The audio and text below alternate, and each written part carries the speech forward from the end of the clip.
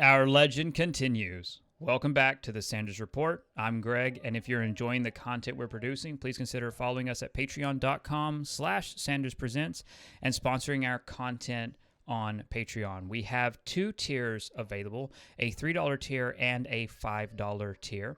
At that $5 tier, your name is carved into the mythical Nern stone at the base of the tower, and it appears in this special portion of every video. In addition to that, our patrons also get special exclusive Discord access, and also at the $5 tier, our true legends earn regular comic book drops as well.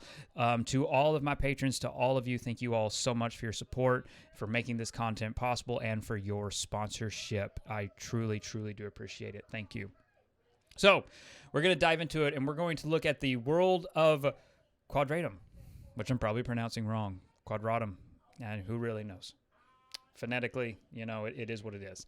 Now, this isn't the first appearance of this afterworld. It did appear at the end of Kingdom Hearts 3, and it has been referenced several times throughout the lore and mythology. It is a separate world, is kind of the best way I can translate this based on what Nomura is saying. So, in this afterworld of Quadratum, it is, from those living in it, Sora's world is the fictional one.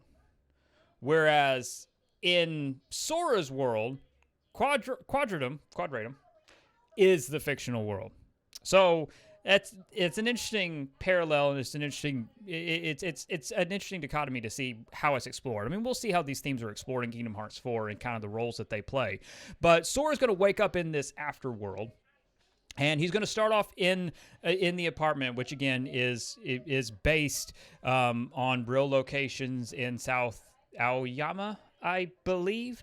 And again, so there is a certain fantasy based on reality. Where have we heard that before? There is a certain fantasy based on reality element to all of this. And in addition to all of that, Sora's appearance is more photorealistic than we're used to. We've seen the comments in the live streams, and we've seen a lot that's been said about it. But his appearance, and that is deliberate, it being more photorealistic, closer to Final Fantasy VII Remake, for example.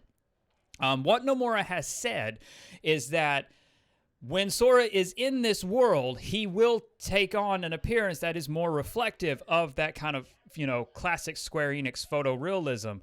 But when he returns to the other world, the world of Kingdom Hearts, if you will, when he returns to the world with Donald and Goofy and all those characters, his appearance, he'll have his new outfit and he'll have his appearance, but it will take on a stylization that is in line with, classic Kingdom Hearts. I think that's interesting.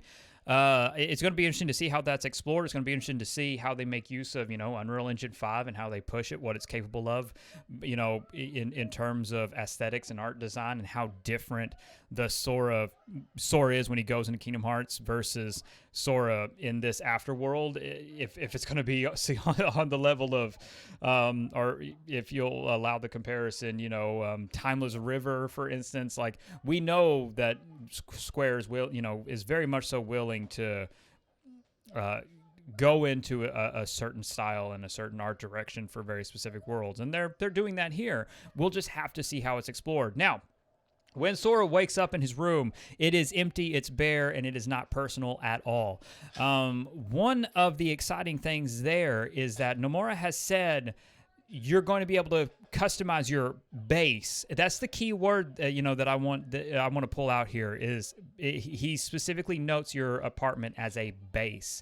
When you start out, this will be your base for a period of time. Again, interesting as well. Period of time. All that makes sense because eventually Sora will go back to the world of Kingdom Hearts.